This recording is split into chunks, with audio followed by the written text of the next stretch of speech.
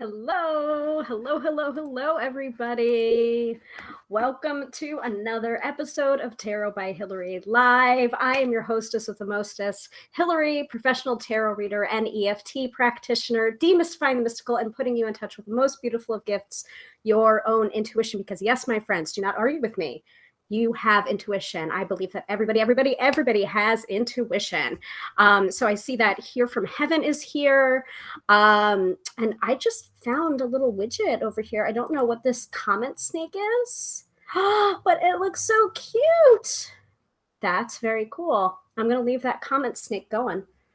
I don't know what it's all about, but that's a new feature to me from Be Live. And Katie is also here. Hello, Katie. Oh my goodness. That's so cute. I guess it goes around the edges. I don't know. Very cool. All right, let me put on this overlay because I definitely did one for this episode. Okay.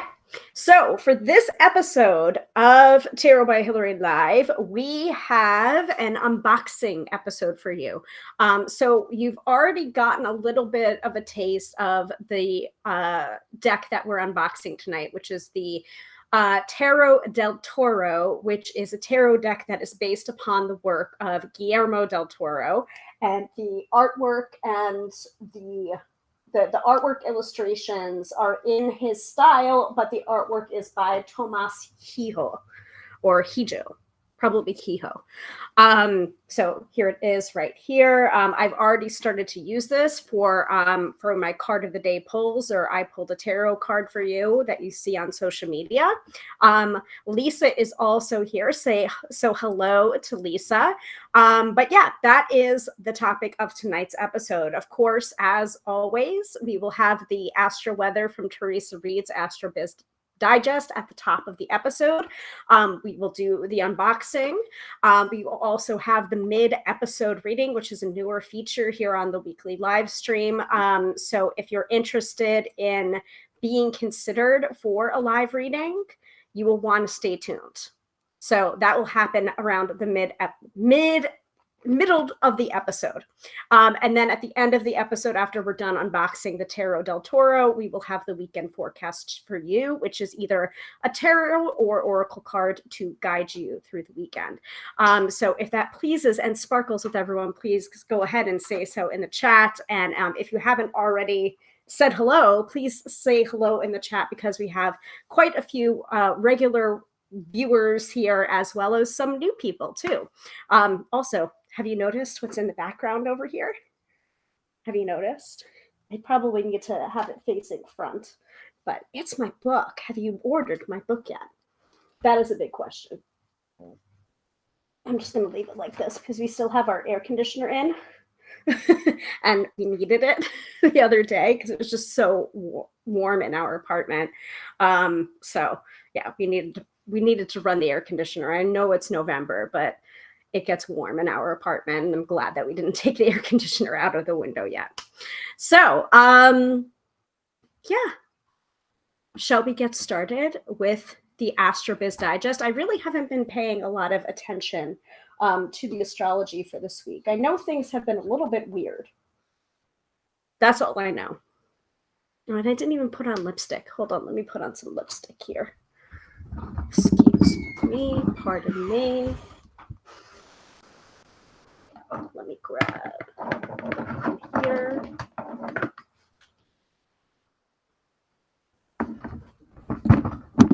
There we go.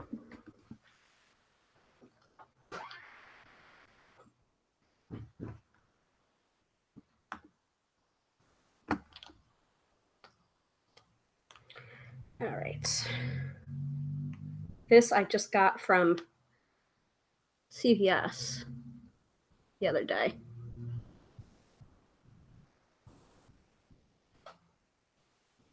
I probably just put it on very messily, but it is the NYX Lingerie XXL matte liquid lipstick in the color Pink Hit, because the one that I really wanted was not in stock. So that should dry down. It smells like cake. It's actually quite nice. Did I put it on? Okay, let me look. Can't tell.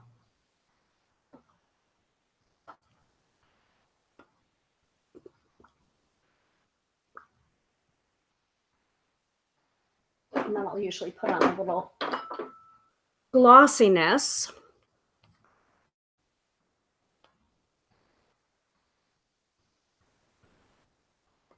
What do we think? Like the color? No, I feel like it's a little too purpley. I wanted it to be more pink. Anyway. Okay. Let us pull up the AstroBiz Digest. I'm not going to pull it from my phone.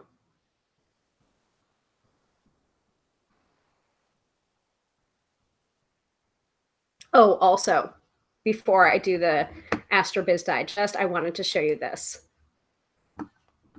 Shoot, hold on a second. Have to turn off the overlay. My friend shared this with me, and since we are doing an unboxing video tonight of the Tarot del Toro, I was just like, I have to share this on the live stream. Yo, what up? It's your boy Anubis, back at it again with another soul unboxing video. Now, as you can see, this one is a little heavier than a feather, which longtime fans of the channel will know is really bad. Ha ha ha. I thought it was funny. I thought it was amusing. All right. Let's do the astro-weather. So the astro-weather is from the wonderful Teresa Reed, aka the Tarot Lady. And it is her AstroBiz Digest, which is a yearly subscription. And let me see if I can pull it forward. Yeah, I'm going to hide that Anubis now. There we go. I know, it's hilarious.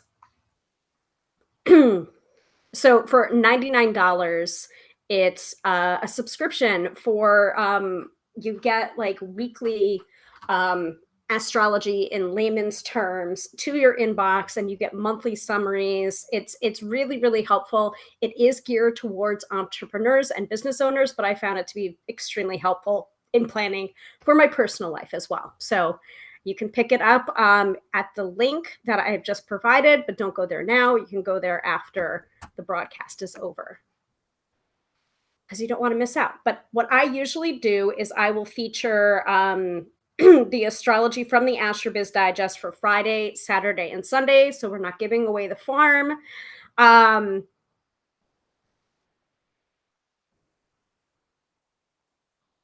And by the way, for those of you who are putting readings into the chat, like, can you not do that? Because that's taking away from what I'm trying to do here. So for those of you who are watching the episode, like, please just go ahead and ignore. I mean, I'm sure you mean well, but at the same time, not cool to be doing that to a fellow colleague if that's what you consider yourself to be doing. Don't do it. All right.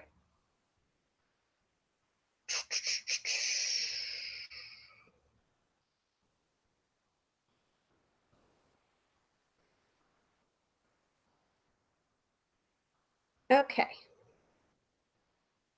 So Mars is still retrograde until the middle of January. So that means you'll want to watch your words all month long and think before you speak, tweet, hit send, or respond to comments. It's better this way. And the big news that's happening this week is a lunar eclipse in Taurus shows up on November 8th. Yep, November 8th at 6:02 a.m. Eastern Standard Time. So that was actually happening on Election Day in the United States on Tuesday. Eclipses are intense, so this day promises to be full of tension.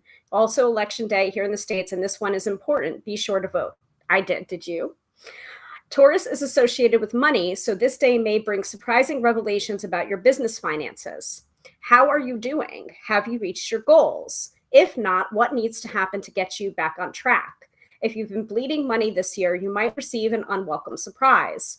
Or a door might also open for a new stream of income. The best plan is to hold off on making major decisions until you can see what's up. So that's the big transit that's happening this week. Now then, Friday. So today, Friday, November 11th, 11/11, the sun squares off with Saturn all day, a hard aspect that puts a damper on self-expression. It's hard to make a point, and marketing may need to be revised. This day is better for tidying up your writing and avoiding humans as much as possible. Clean out the inbox and call it a day. At 7:22 p.m. Eastern Standard Time, so we're not there yet, folks, the moon moves home to Cancer. It's a sweet transit for cleaning up the office or addressing client concerns. If you feel depleted by this week's election shit show, put self-care front and center for the weekend. Today, Friday, November 11th, is a power day for Gemini and a weekday for Sagittarius. Now, for Saturday and Sunday, Saturday's Mercury-Neptune trine says, make art and pitch the media all day. Just watch out for the Moon Chiron square at 8:43 p.m. Eastern Standard Time. Everyone is grumpy at that time, and you might be too. So take a bath and read the latest gossip rags instead. Sunday has Venus and Pluto in a sweet aspect for the entire day. This can bring incredible business ideas and plenty of creative mojo. It's also pretty nifty for romantic endeavors if you prefer. The afternoon finds the moon in trines with the sun at 2:22 p.m. and Neptune at 5:08 p.m. These two remarkable aspects lend well to creativity and inspiring PR. Pitch the media or host a lively live stream when the moon trines Mercury at 9:25 p.m. Or sip a glass of wine, whatever kind you like, white, red, rosé, while catching up with your family. What a week. Both days are power days for Cancer and weekdays for Capricorn. Interesting. Okay, so at this time in the episode, especially during the astro-weather portion, I want to I'll open up the floor and address any days other than Friday, Saturday, and Sunday that you might have had like weirdness, like, oh, Tuesday was awful. Well, now you know partially the reason why Tuesday might have been a little bit crazy or chaotic because it was an eclipse on Tuesday. Or Monday might have been a little bit weird, or Wednesday. So go ahead, put it into the chat which day you want me to take a look at, and we'll briefly look at the AstroBiz Digest and see. And then we will move on to unboxing the Tarot del Toro.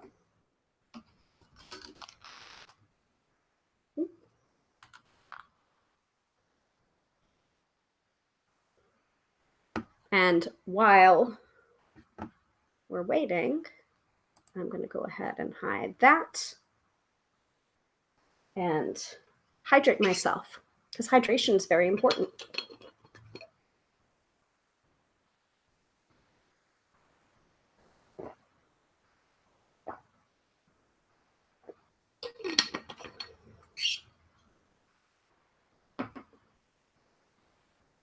Sounds like it's pouring here again.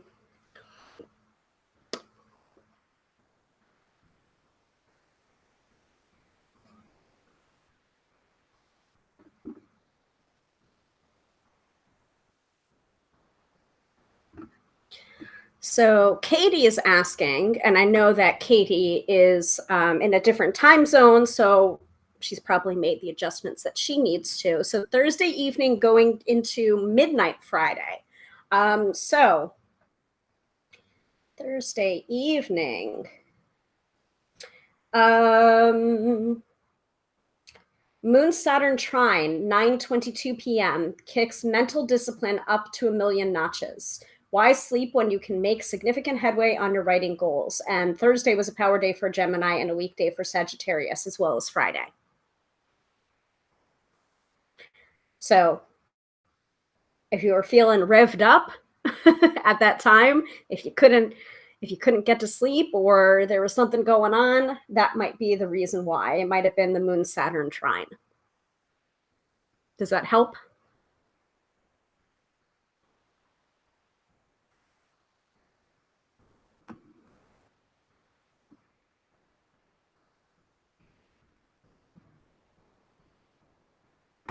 I hope it helps.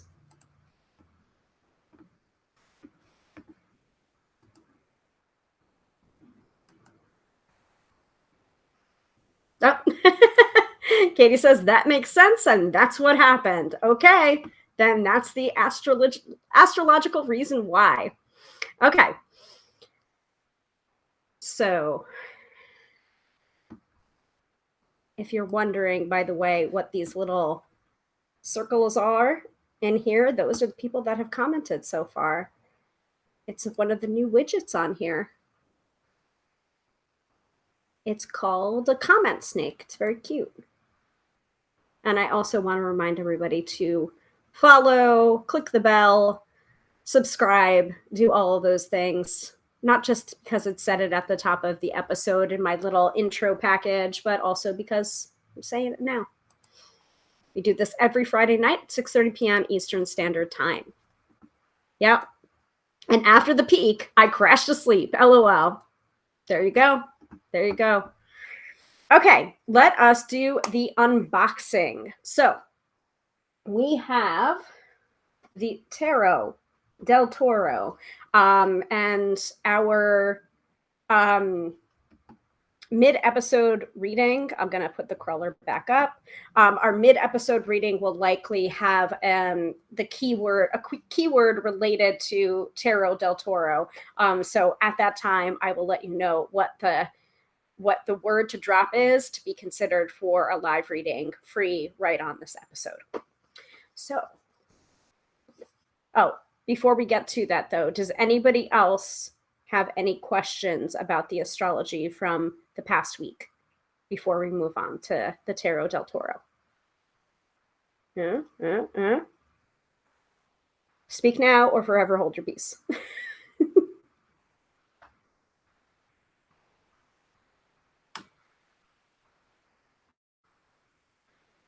Because, yeah, Tuesday was definitely intense. All right. I will consider that done. Okay.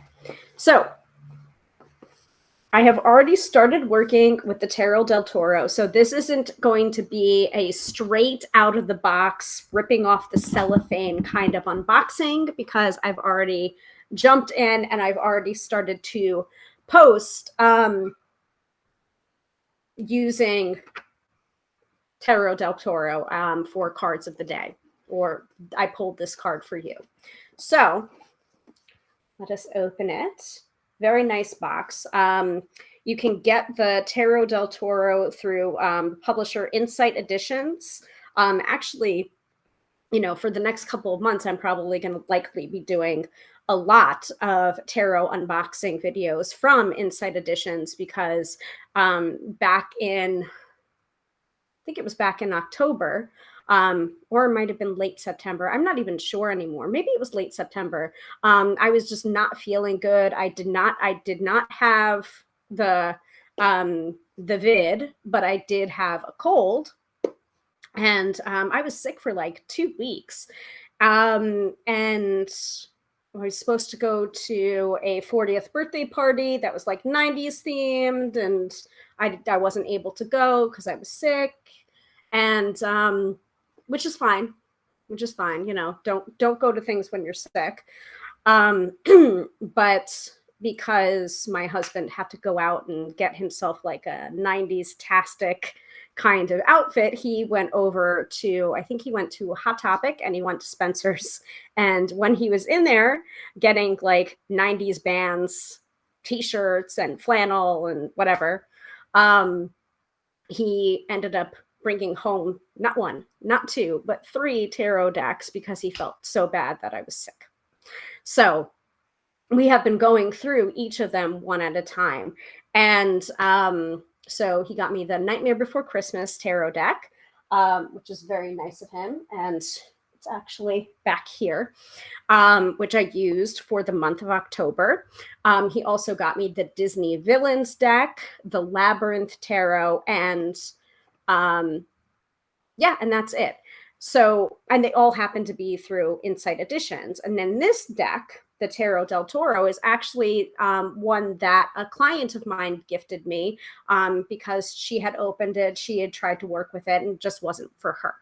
And so she asked me, like, would you be interested in taking this deck off my hands? Now, you know me, I'm never going to say no, really, to a tarot deck. So I was just like, yes, sure, of course. And this deck also happens to be published through Insight Edition. So it's been a very Insight Editions tarot deck heavy couple of months. And I think it's going to continue to be so. So next month, I'll have you all vote again to see what we're going to have for December's deck of the month. And I'll have you choose between the Disney Villains deck and the Labyrinth Tarot. And we'll see whoever votes, you know, whatever the higher percentage is going to be the deck for December. But I know that I think a lot of people are going to vote for the Disney Villains Tarot because I feel like I keep on putting it off, but I'm just like, but everyone voted for this one first. So that's the reason why I'm doing this one first. So anyway, so this is Tarot del Toro, Tarot deck and guidebook. Discover the hidden messages of tarot with this original deck inspired by the wondrous world of Guillermo del Toro. This deck, created under the supervision of the master filmmaker and designed and illustrated by Tomás Hijo, features sumptuous original artwork inspired by the themes, imagery, and characters of some of Del Toro's most popular films, including Pan's Labyrinth, Crimson Peak, and The Shape of Water. Now, I am not familiar or as familiar with Guillermo del Toro, except for Hellboy, I think is the only thing that I am familiar with. Yeah, because you know, Pan's Labyrinth, I've heard wonderful things about Pan's Labyrinth and Crimson Peak and The Shape of Water, but also I'm kind of a wimp when it comes to horror movies. And from what I understand, there are some horror sensibilities in his films, or things that are a little bit disconcerting. So I've kind of steered away from that. But then, you know, I might be missing out on something really good. So maybe this will make me be brave enough to actually watch some more of his films other than, you know, Hellboy. So let us open it up. Very nice packaging, by the way. You don't have to necessarily transfer this deck over to a silk bag or, you know, a separate bag to store it in, because it has it itself. The packaging is very nice. It's not going to open accidentally. It's not too firm and it's not too loose. It's not a magnetic closure, but it's snug enough that it's not going to open accidentally in your bag, nor is it difficult to open either when you're ready to open it. So on the sides, we have designed and carved by Tomás Hijo. So it has these like the sensibility here, and inspired and supervised by Guillermo del Toro.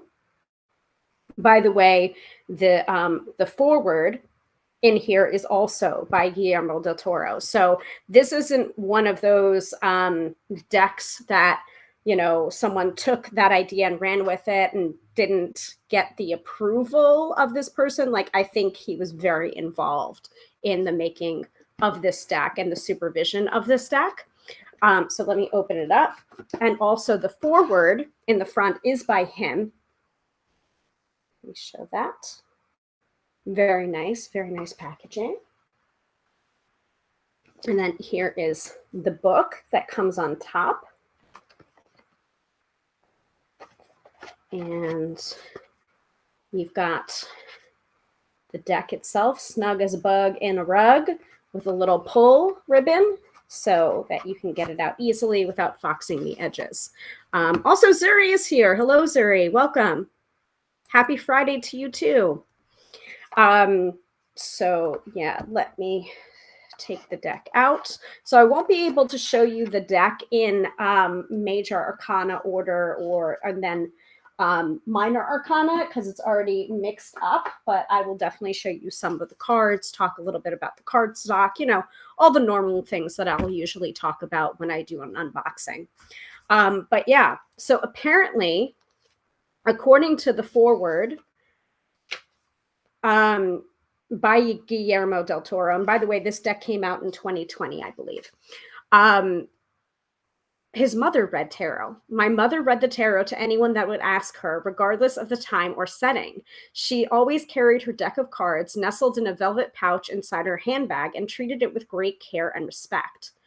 The edges of the cards were worn and stained from the frequency and familiarity of their handling. Throughout my childhood, she taught me to read the I Ching, wrongly, it turns out, but I corrected that later, and the tea leaves and a bit of palmistry, but she neglected to teach me the tarot. As it happened, she would finally, decades later, as we found ourselves trapped in a small hotel during a hurricane in the South Pacific. The archetypes locked in the tarot are pliable, multivalent. They mutate according to the card laid down beside them. They spell one fate right side up and the opposite upside down. An unexpected turn is always one card away, and in that, the tarot is like life itself. Ciphered in here are centuries of hermetic knowledge and symbols. These cards tap into primordial totemic things. If you believe that our acts and ourselves have not only a tangible meaning, but a symbolic one, then you understand how symbols are both intimate and universal. As James Joyce puts it, we walk through ourselves, meeting robbers, ghosts, giants, old men, young men, wives, widows, brothers in love, but always meeting ourselves. I started to use the tarot not only as a storytelling device, but to hone my storytelling intuition, to offer nimble combinations and possible outcomes for characters or dramatic arcs. Oftentimes, the cards would suggest ideas that seemed improbable or foolish, but also unfettered and liberating. And the artist that did this is, according to Guillermo del Toro, one of the great modern engravers. And they both have taken care to marry the arcana with the characters and symbols of his filmography. Very cool, right? Like, I can appreciate that. I can appreciate that people know what they are talking about, that, you know, someone that it's like, I can appreciate people creating a tarot deck and having it be like a very niche thing, that it's just like, there's the gummy bear tarot, there's the zombie tarot, the housewives tarot, there's the Hello Kitty tarot. There's all sorts of tarot decks out there. But you always want to make sure that it's a functional deck as well. And fortunately, I have yet to come across a tarot deck that I have used myself or with clients that has been kitschy, but not functional. Like, I can safely say that I can use this deck with the clients. I'm fairly certain. I do have my, my complaints about this deck, but we'll get to them. But this is a usable tarot deck if you are already familiar with the tarot. So Katie says, Pan's Labyrinth is not too shocking and I hate horror, but there is the unpleasant sides of World War II reflected in it, but they get their deserved. That makes for a good ending. The Shape of Water is similar, but has a little bit of a fun side because of the heist bit to it. I'd recommend them. I don't know about the other you mentioned. Crimson Peak, I think, was the other one. But I have heard from Amanda Perry that that Crimson Peak is awesome. And I don't know if she was referring to this specific deck. I think she might have been referring to the Crimson Peak deck. I don't know if there's a separate one. But I've heard good things about Crimson Peak. And also it has,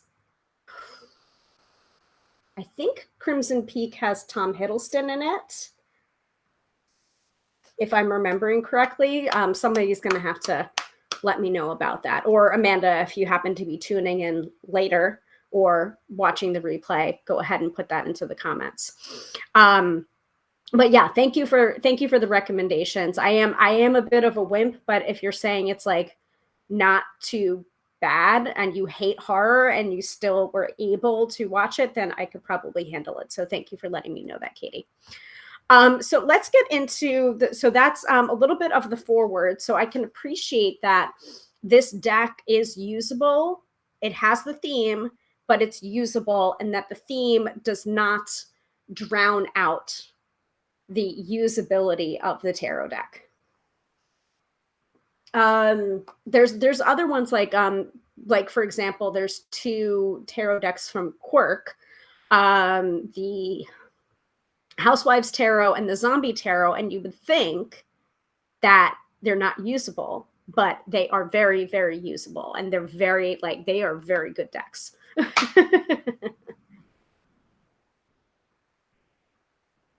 So Zuri is saying, I loved The English Patient, not a horror movie, but just beautiful.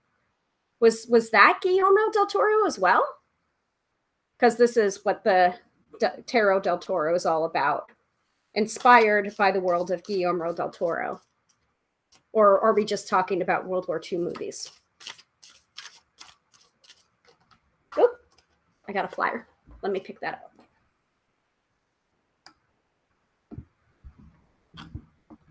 Let me pick that up and not knock over my computer on my desk.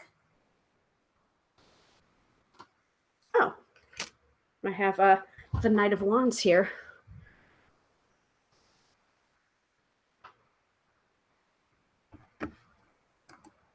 Oh, is he in Crimson Peak? Yes, Crimson Peak does have Tom Hiddleston in it. See, so that's a compelling reason for me to see it. I have not. And yes, you're near the end of World War II. Okay, cool. All right, so here's the Knight of Wands, for example. So this deck is not going to be for everybody, and you might have a very visceral reaction to it. This might be similar to how I felt about the Deviant Moon Tarot, where it's a very love it or hate it kind of reaction. And the imagery in the Deviant Moon Tarot, it has its lovers. I am not one of its lovers. But there's no harm or foul, to each their own. And I brought it to a swap table at Reader's Studio, and it didn't even make it to the table. Someone saw me about to put it down and they snatched it out of my hands, and that's fine. So you might have a similar reaction to the Tarot del Toro deck. So here's the Knight of Wands. So it's a little bit it's going to be a little bit creepy. Just saying. Ah, yes, that side to Hellboy that has the World War II nasty side is the same to the movies I mentioned. Okay, so if I can handle Hellboy, I could probably handle the other ones. Good to know. So let's flip through some of these. So here's the Chariot. It's definitely got a style to it. Chariot. Here's the Hermit. And you might recognize some of the characters. If you're familiar with Guillermo del Toro's work, you might recognize these on site. You might not, but that is what that's what the guidebook is for. So for example, today's card of the day, or the card that I pulled for the energy of today, was the Fool card reversed. And the Fool card in this deck is the Faun from Pan's Labyrinth.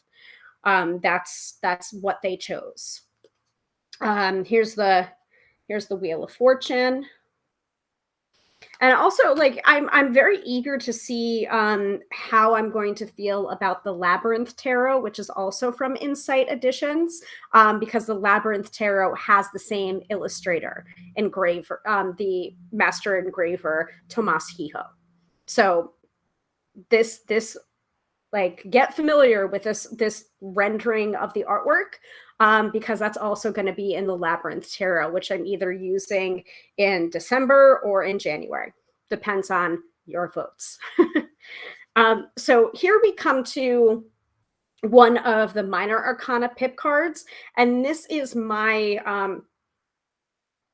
complaint about this deck, that it does not have illustrated pip cards Ace through 10 for the Minor Arcana. You're going to see this is the 9 of Wands, so this is just going to be 9 wands on a plain background. Same thing here for the 8 of discs.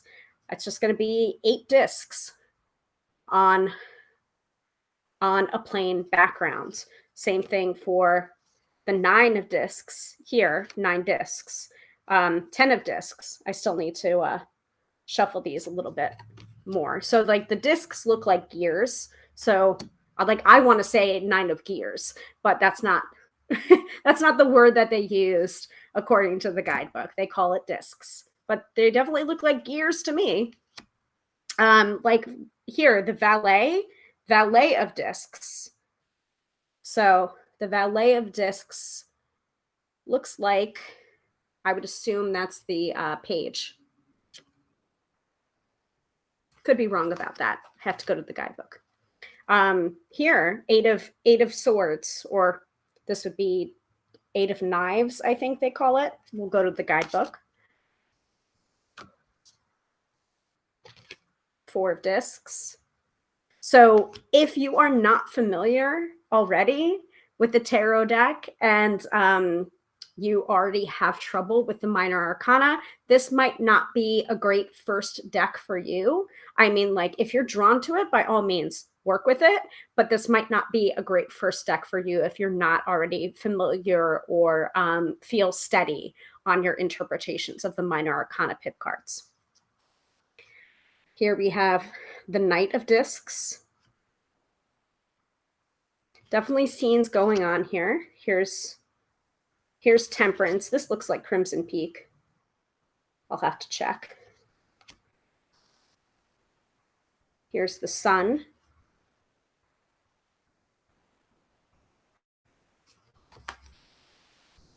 Three of Discs.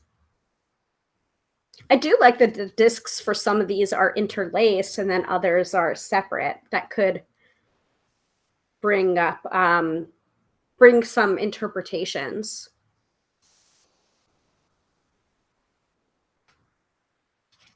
Two of Cups. The Lover's card you can recognize from the Shape of Water. That's actually really pretty. I like that. Please go ahead and ignore the spammer in the chat. Here's Knight of Blades. I think this is from Hellboy. Looks like Hellboy. We're not going to be able to go through all 78 cards. Here's Strength.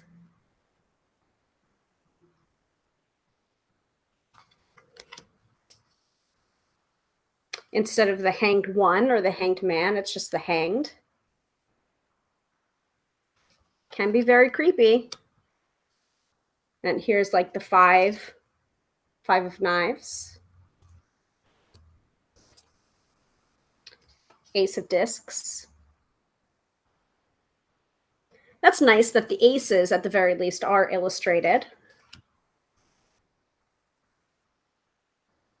So the ones that are illustrated are the major arcana, the court cards, and the aces. Or at least that's what it looks like. Oh, and these are goblets. Yep, see, so here's the Ace of Goblets.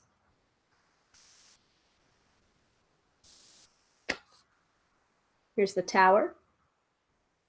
So, like, let's go to the guidebook.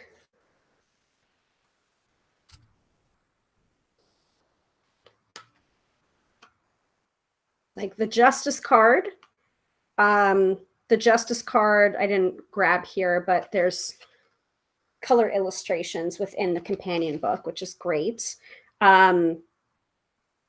Uses the ghost of Edith's mother from Crimson Peak as the central figure. So I don't think there is a separate Crimson Peak tarot deck. I don't know.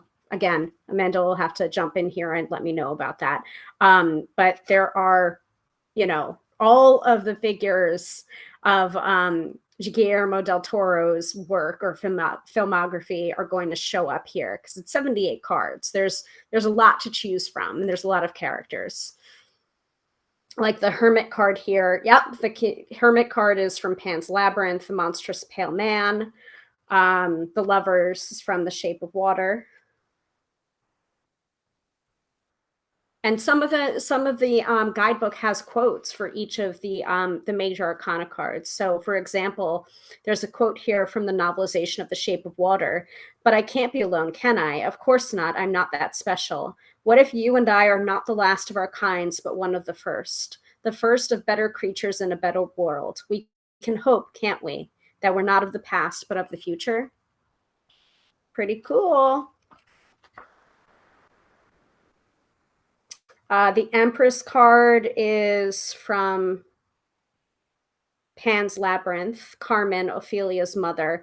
Again, I'm gonna have to watch some of this stuff because I'm sure I will get even more out of this tarot deck from knowing what these characters are and the works that they stem from.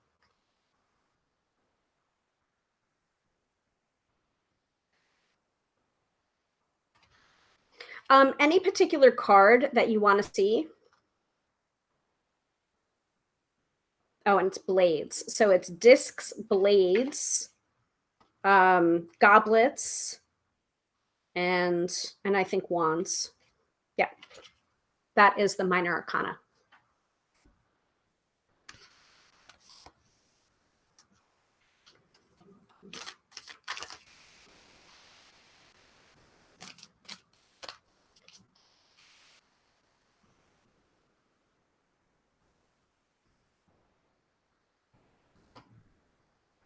So,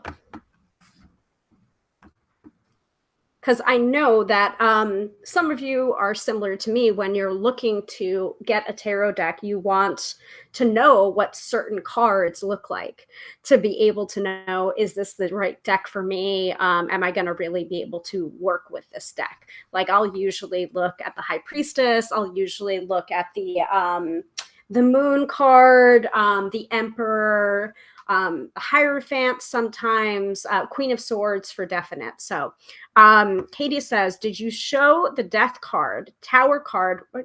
Tower card, my memory is slow right now. I showed the tower card. I don't think I showed the Death card. So let me flip through there. Tower is here.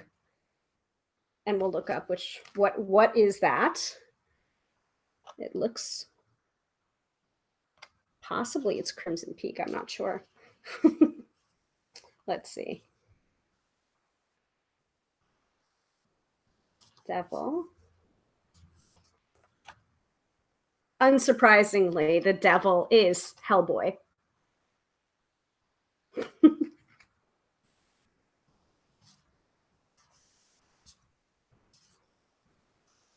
High Priestess looks like a vampire. Fool, Magician, World.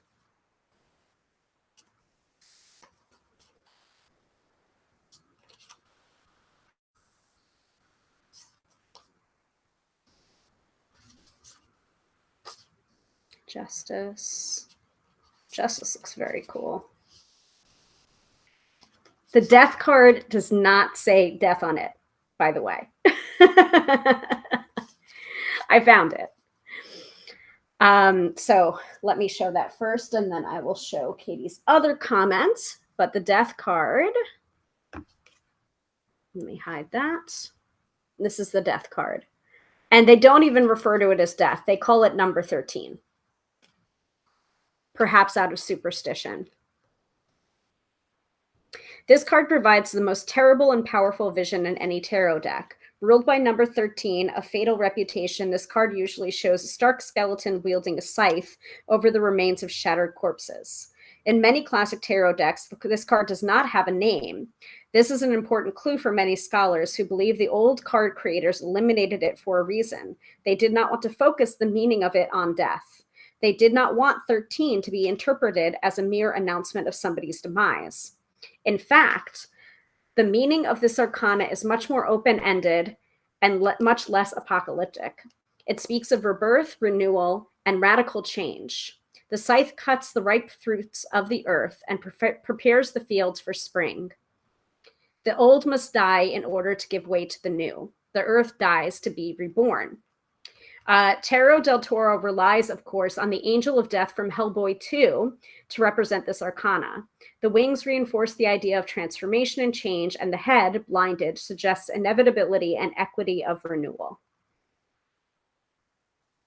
Interestingly enough, the quote that is on this page is not from Hellboy 2. It's from Pan's Labyrinth. She forgot who she was and where she came from. Her body suffered cold, sickness, and pain. Eventually, she died. So, my usuals are Queen of Wands associated to Leo. Tower card and Death cards are my usual go-tos. Okay, well, I have the Tower card here since we've already looked at the Death card.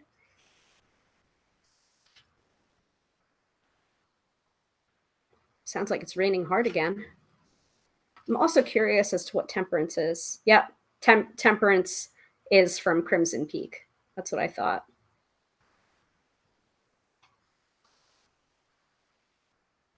Oh, so this is also from Hellboy 2. This arcana immediately suggests the Tower of Babel, a monument to human pride destroyed by the wrath of God. The tower is both a scene and a character inspired by Cathedral Head, one of the secondary characters in Hellboy 2. This character is appropriate because the tower, from a symbolic point of view, has to be understood as the deepest structure of the individual. And this structure is formed by elements of his environment, family, friends, work, institutions, and also by his own being.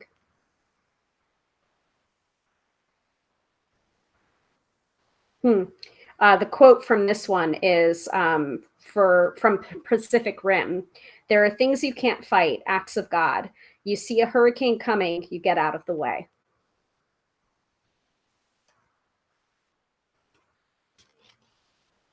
Let's see what else. I'm curious about the High Priestess.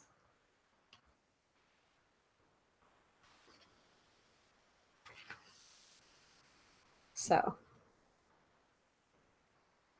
Oh, no wonder I like her. The High Priestess is Nuala, the elf princess from Hellboy 2.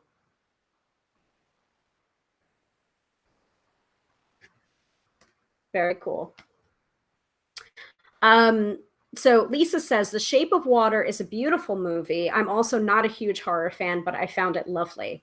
All right, I got to keep that in mind. I'll give it a chance. I'm a scaredy cat, but I'll give it a chance. And I'm sure that Mr. Tarot by Hilary would also be into watching it. Maybe not that, but maybe Pan's Labyrinth. I don't know. I'll have to discuss with him. Any other cards? Yeah, Katie is saying, I like that High Priestess. Yeah, I do like that High Priestess too.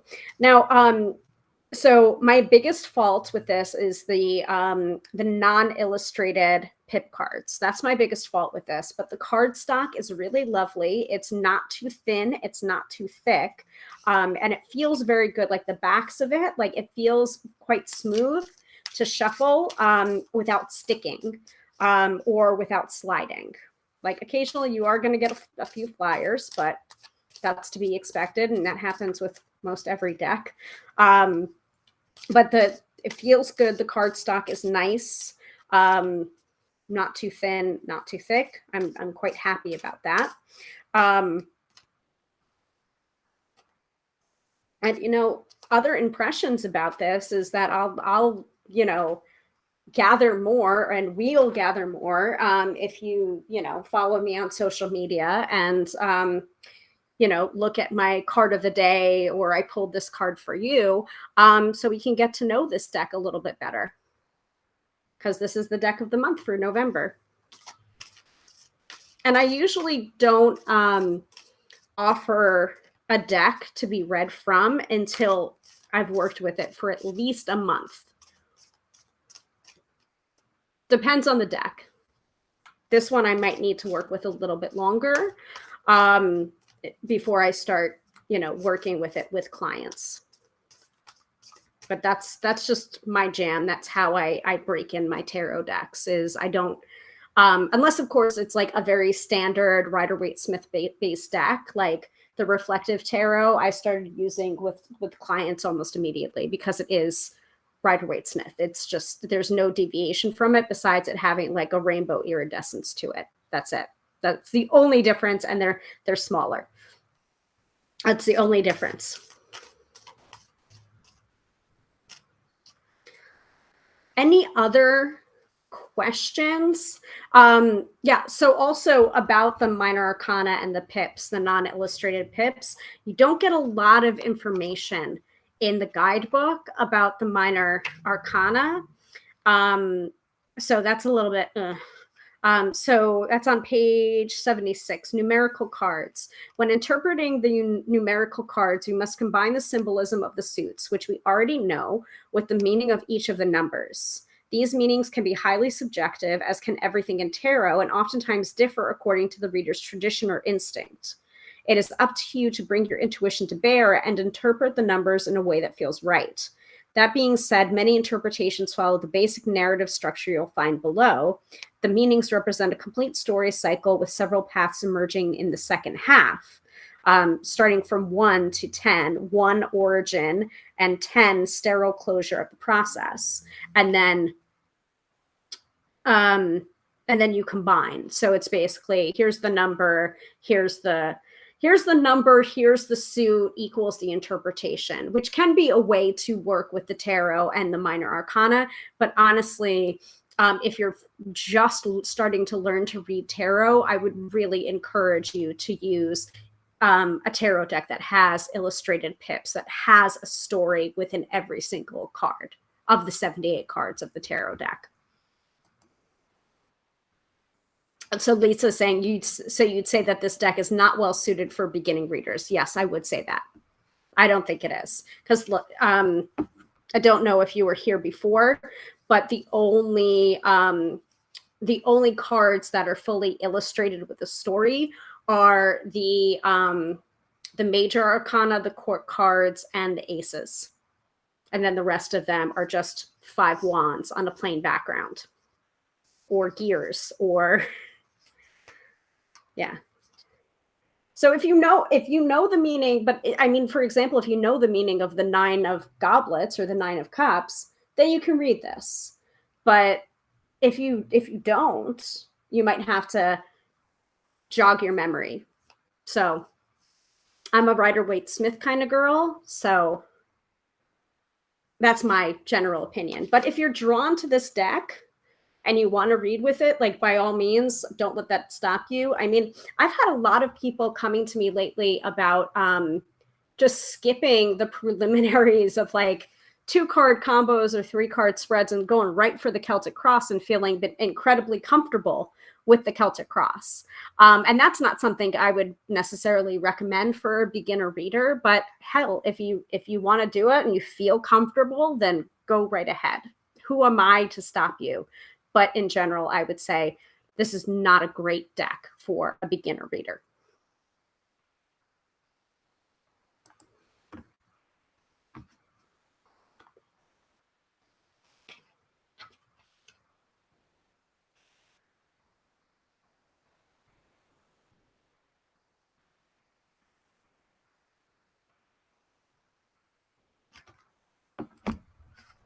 I don't know. Let's ask. Let's ask this deck if you're a good deck for a beginner reader.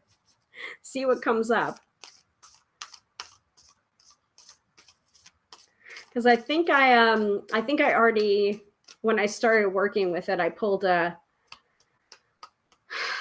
card, and it said, it's just like, yeah, I want to work with you and it'll be fine, but I'm not going to make it easy. I think was like basically the interpretation that I had when I asked what it's going to be like working with this deck. So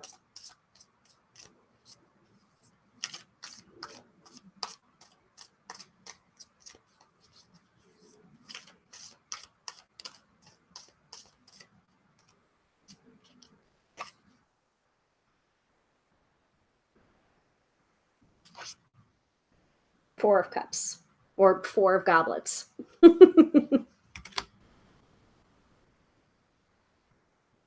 Yes. Exactly. So Katie is saying, I find the illustrations on the minor cards help your intuition. It tends to use the images that catch your eye. Exactly. And that's part of how I teach tarot is if you're not sure, like, where is your eye falling in this imagery? Is it falling on the snail in the 9 of Pentacles? Is it falling on, the fool's dog in the Fool? Is it falling on, like, just like, any example, like, is it falling on the scroll in the high priest's hands? Like, where is your eye falling? And that might be a clue as to how you would interpret that card for this reading in this context. Of course, I've now stacked everything on top of everything else. So,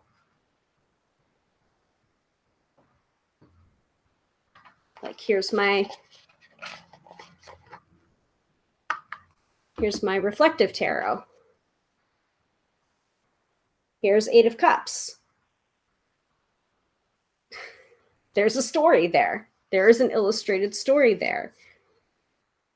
The only real like eight of Wands is the only one that's really 8 on a plain background. But even then, it's like not necessarily a plain background. There's still stuff going on.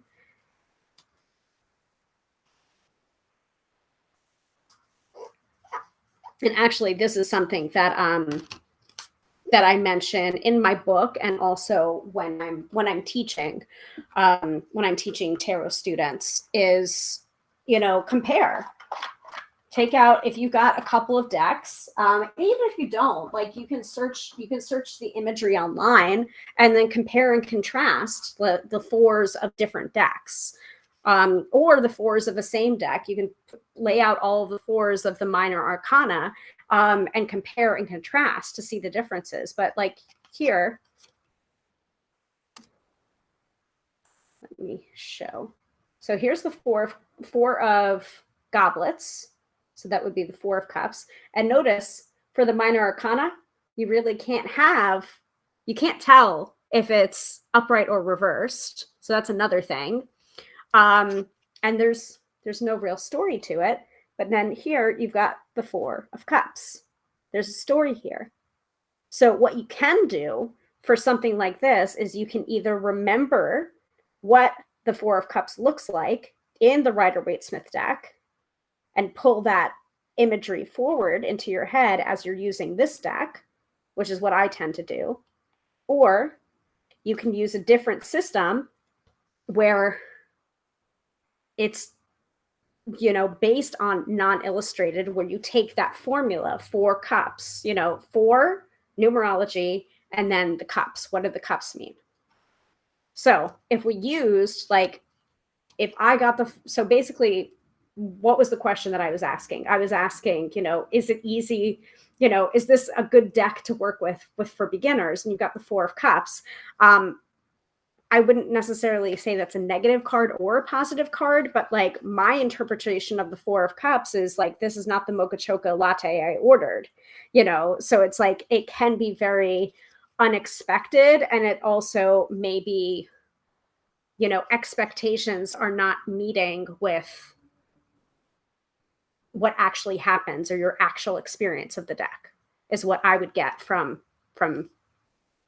this, because I'm drawing my memory of this card's imagery forward into this. Now, we can go with what the guidebook says on page 76 with the numerical cards and go down the list to number 4, which is about stability. Equilibrium is restored. Stability, equilibrium is restored. And then goblets is about emotions and feelings. So stability of feelings.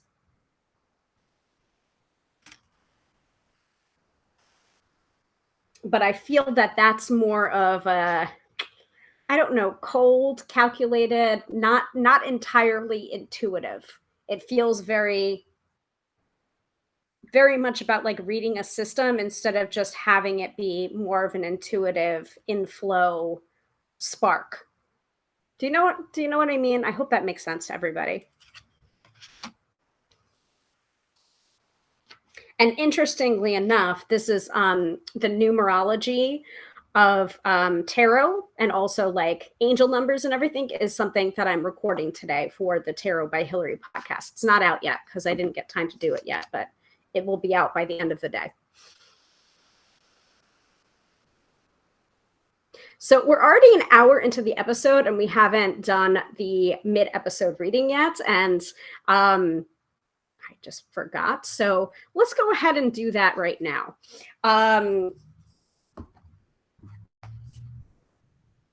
Unless people have more questions, but we can definitely tackle those. We can definitely tackle those after the mid-episode reading and before the weekend forecast. So let me put this over here. And let us update and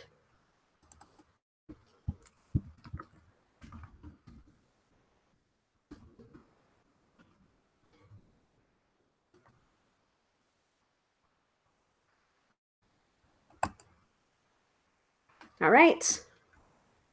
So to be considered for a live reading, drop the word Del Toro into the chat and we will put your name into the picker wheel and we will spin the wheel and you'll get your reading right now.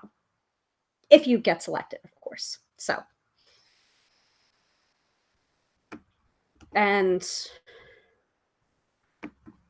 I can't remember who the winner was last week. Was it Zuri last week?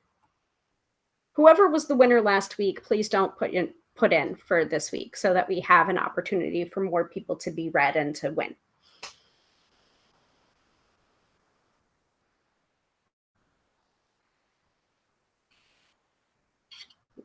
I need to get a coaster. While we're waiting for that, I will go get a coaster. Because my water bottle is condensating everywhere.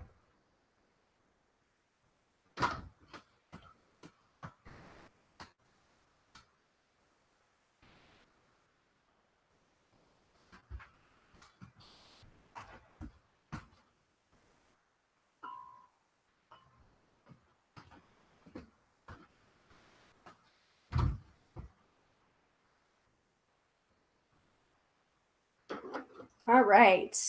Lisa is in the running.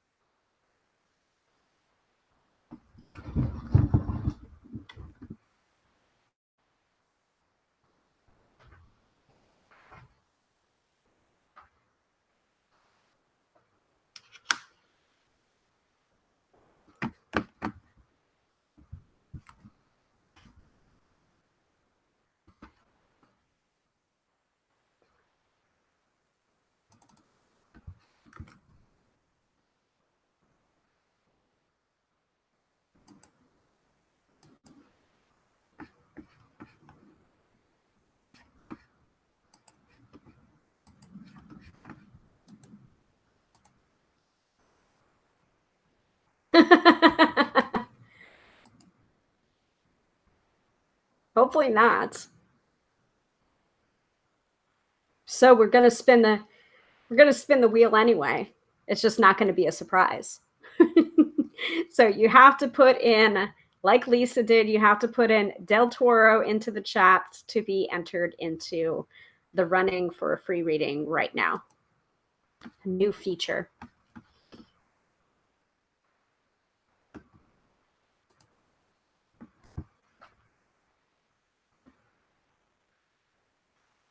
And if you've already done that, my thanks to you, and start to consider what you want your reading to be read from what your question's going to be and what you want to be read from. Is it the Del Toro Tarot?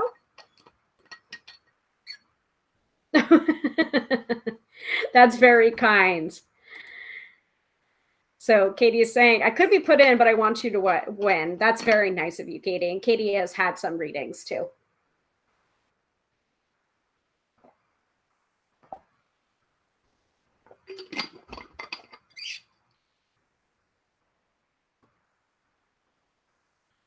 But Katie, keep in mind that I do know Lisa in person. So you can feel free to put in your name too. Lisa has benefited from some of my readings as well.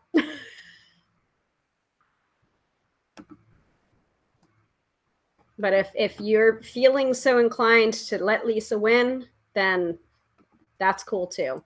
So let's see.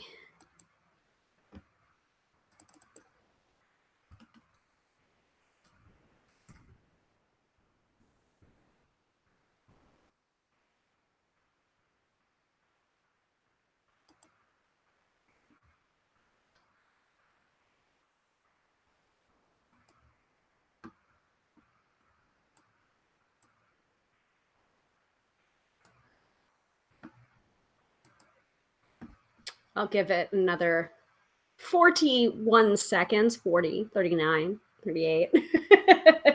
And then it'll be what it is. Though I am going to spin the wheel, even if it's only one person. You'll see why.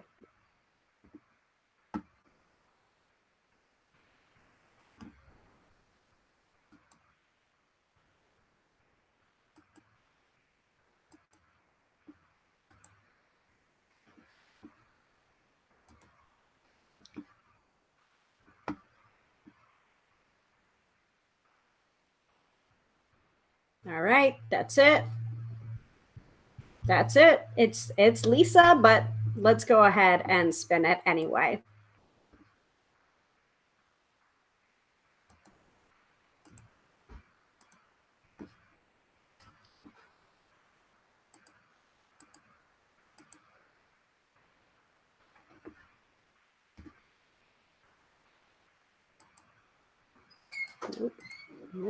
All right, let us spin the wheel. The wheel of destiny.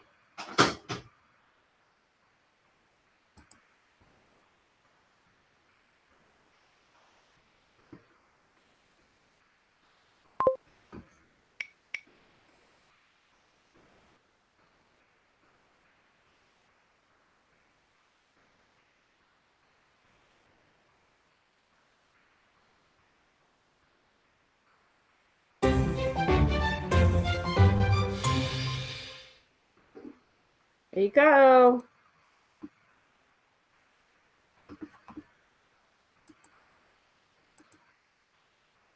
So, Lisa, please think of a question and also let me know which deck you want to be read from. Do you want to be read from the Tarot del Toro? Do you want to be read from the Reflective Tarot? Do you want to be read from the Sorcery Underground Tarot deck? Fortune telling deck. That I would have to locate. Not sure where I put that one, but that is up to you to decide. But you are the winner of the mid-episode reading. So if you put this up.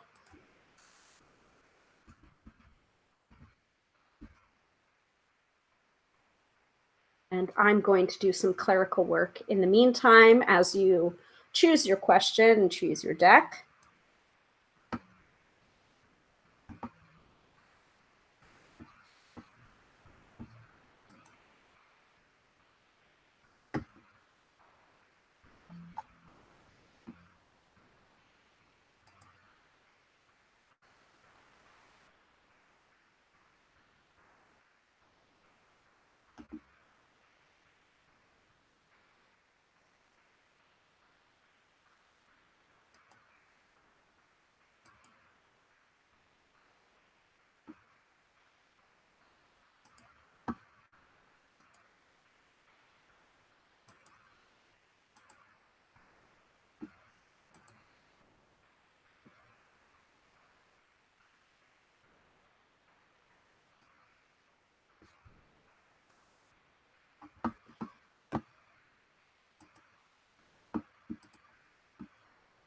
All right, Del Toro Tarot for sure. Lots of wonderful things recently, but lots of stress and hardship too. Can I expect things to get easier soon? Okay. So as always, I try and not necessarily avoid a yes or no question, but I like to rephrase the question to be a little bit more empowering for you. So I'm going to rephrase this with your permission to what can I do to have things get easier soon? Or how can I help to have things get easier soon? Because I mean, a lot of stuff may be out of your control, but what you can always do is, first of all, you can do EFT tapping. You know how to do it, or you can work with me. And that's a general aside to everyone that I am also an EFT tapping practitioner too. And you can book a session of that on my website, Tarot by Hilary, as well. Because what I've learned from that training is you may not be able to change something, but you can change how you feel about it. So that's number one. So let's rephrase, and Lisa's giving me that permission. Thank you. Rephrase as necessary. So what can you do to help things get easier soon? But like tapping is really good. And we can also chat offline about that. What recommendations that I can give to you, or tapping scripts that I can give you, or even facilitating a session for you. Because I think everyone can benefit from tapping. But you're asking the tarot right now. So what can you do to have things get easier to soon?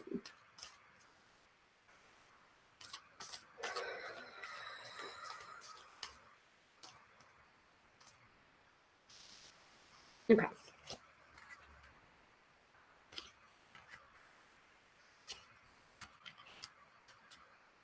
I think things are going to get a little bit more difficult before they're going to get better, but the difficulty is in fact necessary. And the reason why I'm saying that, Lisa, is because you do have the Tower card coming up smack in the middle of the reading. So it's not the final outcome card. The final outcome card is actually the Valet of Discs, which I think may be, I believe it's the Page of Pentacles, which I think is very good. I think part of the stress and hardship have been financial.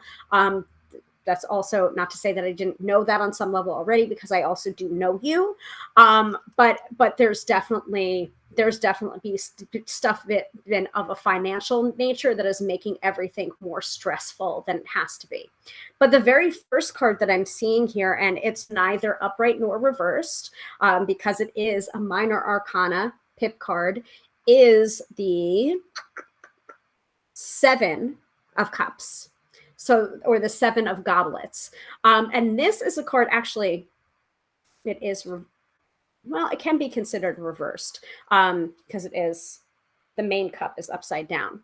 But honestly, I don't see it that, oh, you know, the more I look at this, the more you can see some of the differences, because what I'm looking at is the chipped cup here, and none of the other goblets are chipped. There's only one there that's like chipped. Do you see it up there?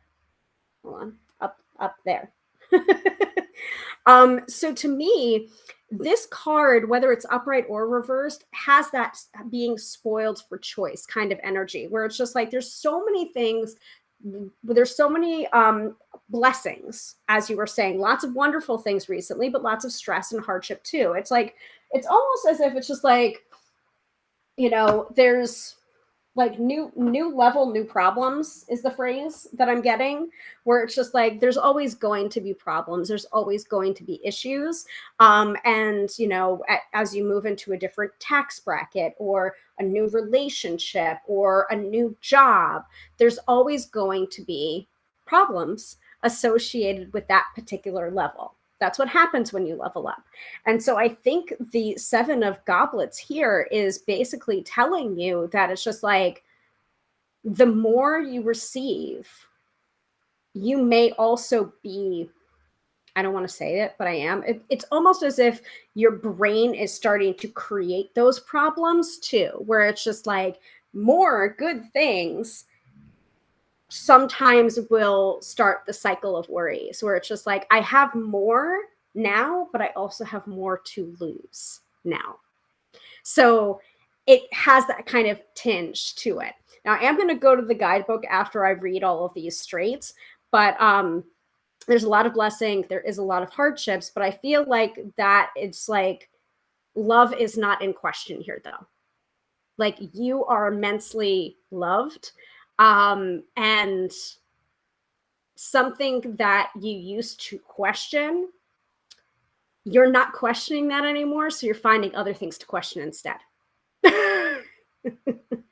So sorry that the tarot may be calling you out on some things. So that's 7 of goblets. Now the tower card can be a shakeup. It can be this epiphany. This can be this lightning struck. Something is not working in this situation, and it's not working because it's not supposed to work. It's not supposed to work this way. And you might be trying to fit a round peg in a square hole. And that's not about the relationship. It's not about that. It's about something else that you've been really like trying to force the issue. Don't force the issue. Everything's going to come undone. It's going to be revealed, and it has nothing to do with you. And it's going to be hard. But what comes after is the Valet of Discs.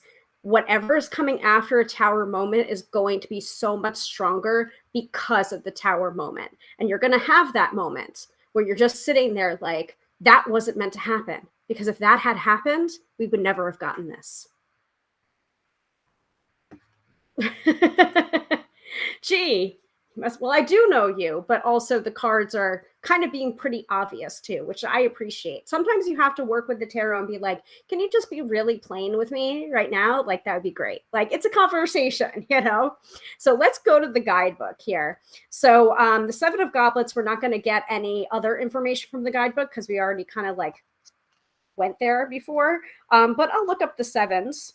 You know, just for shits and giggles. So 7 is considered a triumph card. The perfect number witnesses our victory. Okay. That's interesting considering it's usually the 6 of wands that I consider as a like success and triumph card, but sure, we'll go with triumph. But this is, I mean, like, it is kind of like triumph of love, I guess, because that's not really in question here. It's just like you finally figured that out, you know? The tower card. The tower is struck by a bolt of energy from above, and its appearance is a punishment that calls for rectification. Although the building is partly damaged, the base remains unchanged. It's possible to rebuild the whole structure. In traditional decks, 2 figures fall from the tower. In Tarot del Toro, these figures appear embroidered on the character's dress. It can rarely be depicted as it can rarely be interpreted in a positive way. In best case, such as when the sun shines or the fool walks away, it can represent a demolition of outdated structures and liberation from an oppressive environment. Temperance is a good advisor when the floor rumbles, and we will need her prudent counsel, hopefully with the guidance of the star. Yeah, none of the cards that are suggested, like there's cards that are suggested around it that will help to interpret it, but none of those cards are here. And also it's not inverted here. So according to this guidebook, inverted, the tower becomes the ruin. The structure sustains more damage. Rebuilding is harder. If the fool is near, it may symbolize the need to start again from scratch in another place. So you don't have that placement here. And also it is not reversed. It's not inverted, and it's not, you know, the rebuilding is not going to be harder. And also, like, the tower card, like, it can indicate shit hitting the fan, but also when it's upright, like sometimes when it's upright, it's just like you kind of already know like what's going to happen, or like that it's like incoming. Like you kind of have a sense of like what it is that's not sustainable, or what it is that's going to fall apart. And honestly, I think this tower moment is going to suck in the moment, but in hindsight, it's going to be like you dodged a bullet. Like, wow, like you could have been like, it could be house related, where it's just like this house that we really, really wanted, it's just not, it's not supposed to be. And there's something hidden there that comes to light, and those owners have to deal with it now, but we don't have to. Something like that, you know, it's just like something's not working and it's not supposed to. And then the Valet of Discs. Hopefully we do get a interpretation for suits for the court cards.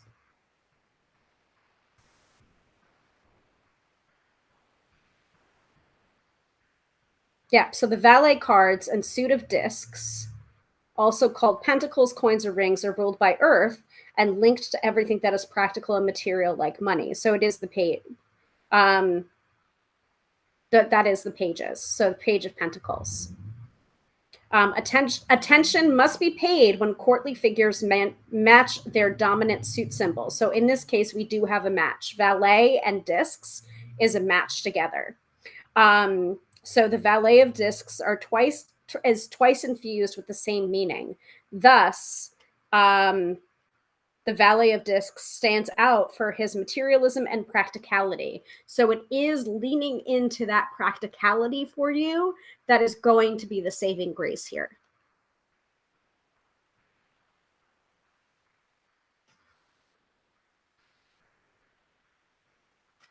Whew, okay. Oh, and that's the Valet of Discs. So Page of Pentacles also feels a little bit like there's something new, there's something fresh.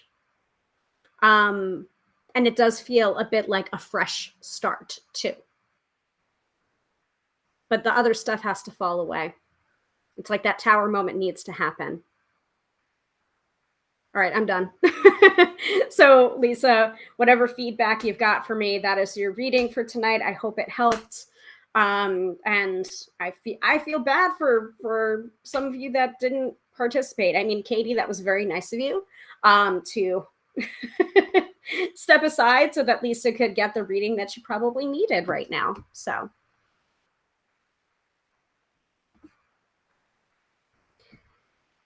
does everything make sense? And also we can talk offline at another time.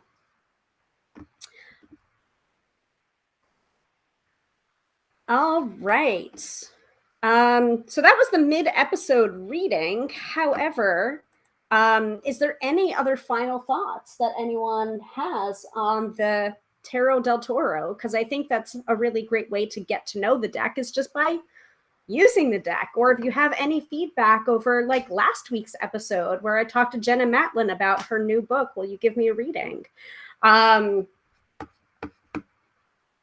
Yeah, so yes, that made sense. We can chat later. Thank you. You're very welcome. I am going to pop my stuff back up.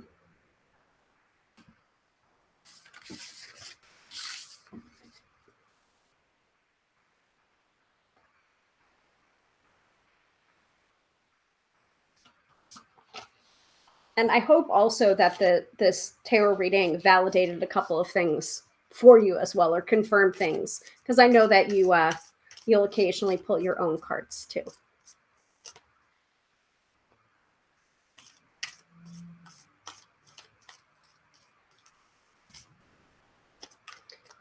So yeah, that's the Tarot del Toro from Insight Editions.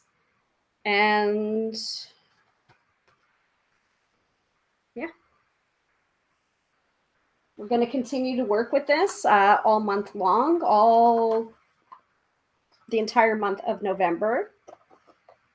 So you'll want to follow me on social media to see what the energy is for the day. And sometimes I will just put up the image and the text interpretation, and sometimes I will do a video interpretation.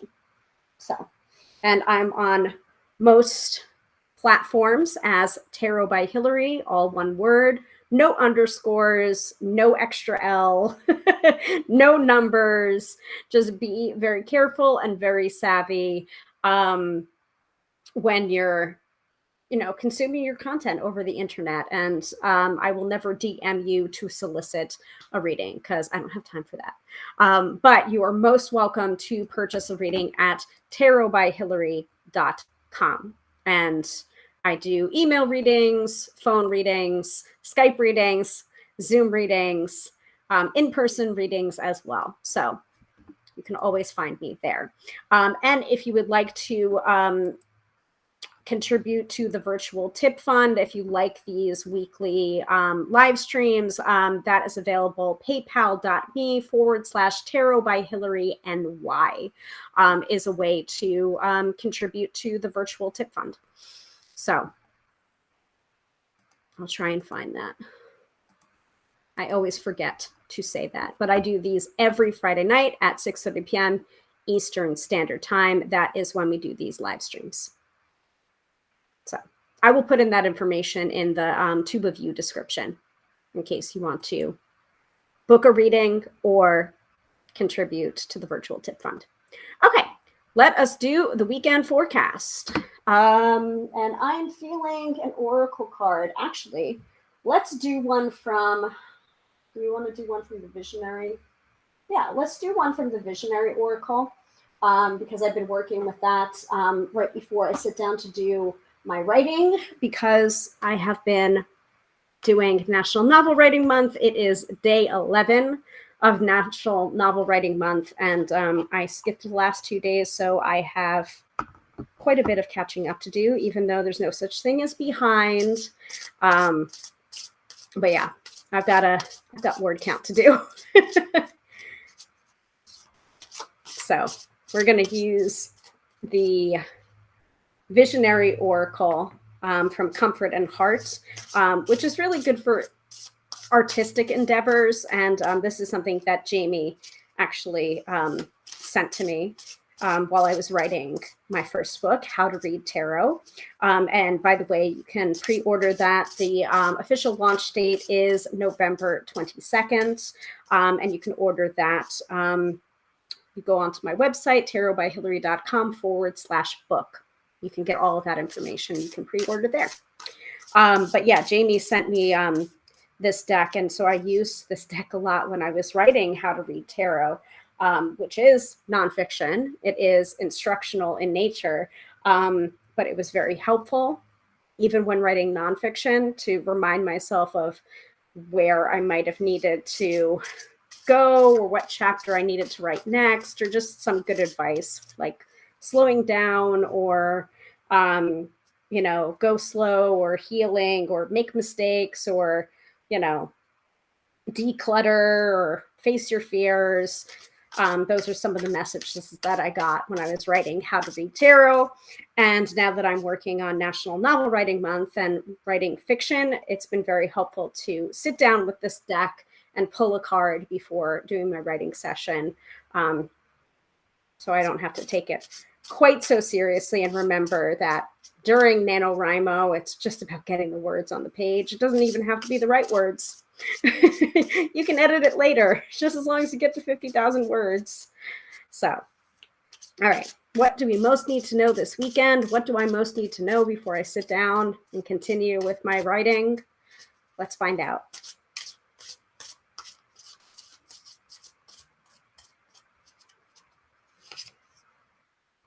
Gratitude. So we need gratitude going into this weekend. Gratitude for writing, gratitude for each other. Let's see. According to the guidebook, I believe it is a water card, which is emotional. So gratitude, treating yourself like a precious object makes you strong. That's from Julia Cameron. It's a good time to get a clear and precise evaluation of the gift that is your life.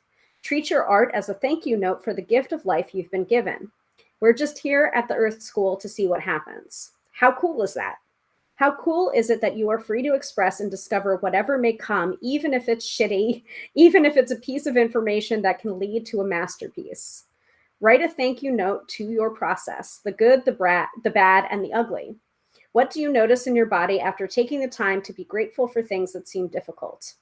write a thank you note from the thing that you are currently bringing forth, thanking you for creating it.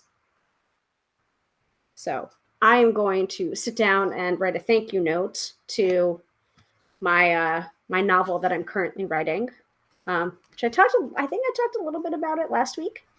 It sounded like you guys were saying it sounded like something that you'd want to read. So, and my characters are starting to do things that I don't want them to do, and I'm yelling at them. So I know that I'm at a good place in the process. And, this is something that you say as a fiction writer, and some people don't understand that. And it's just like, well, what do you mean? They're starting to do things that you don't want them to do. It's just like, you're the author, you're the writer, like, make them do what you want them to do. And I'm just like, clearly you've never written fiction before.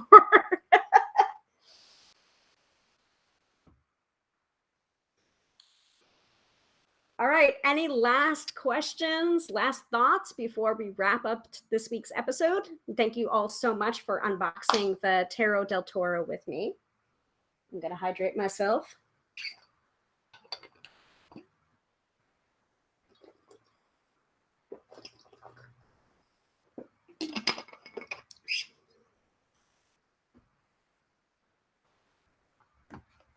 And I'm going to stop the widget. It's very cool. Comment snake. It's very cute. Yeah, Lisa. Glad I got to pop in tonight. I'm glad too.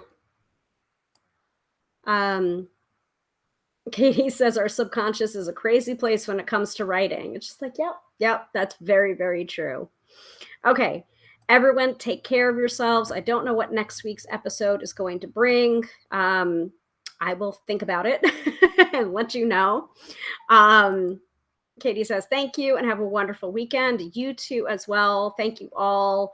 Thank you all for watching. Remember that we do this every Friday night, 6:30 p.m. Eastern Standard Time. And yeah, I am Hilary, professional tarot reader and EFT practitioner, demystifying the mystical and putting you in touch with the most beautiful gifts, your own intuition. Because yes, my friends, you have intuition. Have a wonderful, wonderful weekend. And I will see you this time next week. Same bat time, same bat channel, 6:30 p.m. Eastern Standard Time. Bye. All right. Close that, close that, close that. Okay, really, bye.